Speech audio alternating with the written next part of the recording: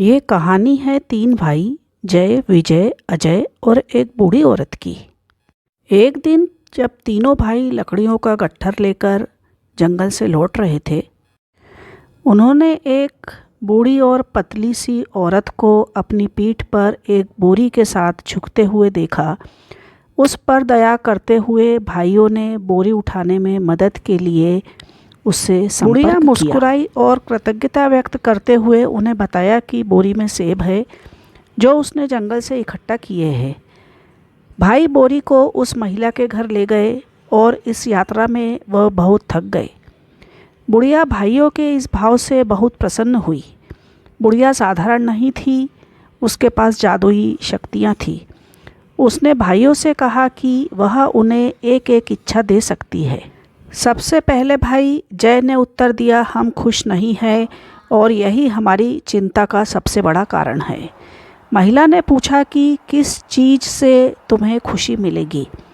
प्रत्येक भाई ने अलग अलग बातें कही जो उसे प्रसन्न करेगी। सबसे पहले जय ने कहा, मुझे एक बड़े घर और उसमें ढेर सारे नौकरों की ज़रूरत है, इससे मुझे सबसे ज़्यादा खुशी होगी। उसके बाद विजय ने कहा, मैं ढेर सारी फसलों वाला एक बड़ा खेत चाहता हूँ, इस तरह मैं बिना किसी चिंता के अमीर बन सकता हूँ। अब तीसरे भाई अजय की बारी आई और अजय ने कहा, मेरी पत्नी के रूप में दुनिया की सबसे खूबसूरत लड़की मुझे खुश करती थी। हर दिन घर लौटने के बाद उसका प्यारा सा चेहरा मुझे चमका देता था और मेरे दुखों को मैं भूल जाता था। बुढ़िया ने सबकी इच्छा सुनकर कहा, अगर इसी बात से तुम्हें खुशी मिलती है तो वह पूरी हो जाएगी। घर जाओ और तुमने जो चाहा है वह तुम्हें मिलेगा। भाई महिला की शक्तियों से अनजान थे। वे घर लौटे और यह देखकर आश्चर्यचकित रह गए कि उनकी झोपड़ी के अलावा बहुत सारे नौकरों के साथ एक विशाल घर भी था। उन्होंने जय का अभिवादन किया और उसका अंदर स्वागत भी किया। कुछ दूरी पर एक बड़ा सा खेत था जिसमें खूब उपज होती थी।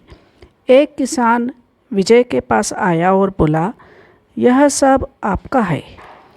एक मिनट भी नहीं बीता था कि एक खूबसूरत लड़की अजय के पास आई और बोली, मैं आपकी पत्नी हूँ। भाई आश्चर्यचकित थे और खुशी से अभिभूत थे। उन्होंने अपने भाग्य को धन्यवाद दिया और अपनी नई जीवन शैली का आनंद लेना शुरू कर दिया। देखते ही देखते एक साल बीत गया, लेकिन अब तक स्थिति काफ़ी बदल चुकी थी। भाई अब अपने जीवन में खुश नहीं थे। अजय आलसी हो गया था और अपने दूसरे भाइयों का भी बिल्कुल भी ख्याल नहीं रखता था। विजय को खेती बोझ लगने लगी थी और अब उसे फसल नहीं दे रही थी। अजय अपनी खूबसूरत पत्नी से ऊब चुका था और अब उसके साथ उसे कोई भी खुशी महसूस नहीं हो रही थी। सभी भाई फिर से वैसे ही दुखी हो गए जैसे एक वर्ष पहले थे। तीनों भाई आपस में मिले और उन्होंने उसी जादुई बुढ़िया से फिर से मिलने का फैसला किया और उन्होंने आपस में बात की कि वही बुढ़िया हमें बता सकती है कि हमें जीवन में परम सुख कैसे प्राप्त किया जा सकता है। वे लोग बुढ़िया के पास गए और उस समय वह टमाटर का सूप बना रही थी।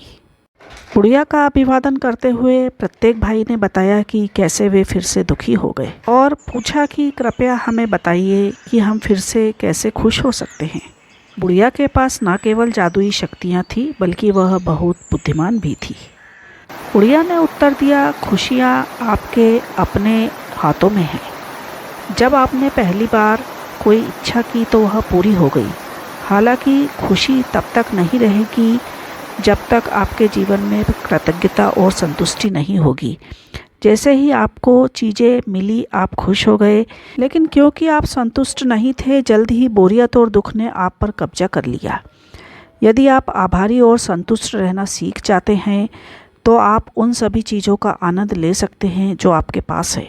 जय, विजय और अजय को अपनी गलती का एहसास हुआ और वे घर वापस लौट गए कि उन्हें वे उपहार मिले जिनके लिए वे कभी तरसते थे। जय एक घर का मालिक होने के लिए आभार महसूस हुआ और उसकी अच्छी देखभाल करना शुरू कर दिया।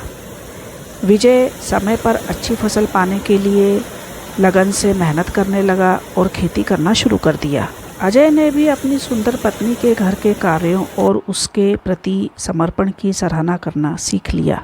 यह याद करते हुए कि खुशी और संतुष्टि साथ साथ चलती है, भाइयों ने फिर कभी बुढ़िया के आशीर्वाद को हल्के में नहीं लिया और इस प्रकार वे हमेशा खुश रहे। कहानी पसंद आई है तो लाइक करिए और चैनल पर पहली बार आए हैं तो प्लीज़ सब्सक्राइब करिए। वीडियो देखने के लिए धन्यवाद और आगे भी हमारे वीडियो इसी तरह देखते रहिए मेरी कलम से।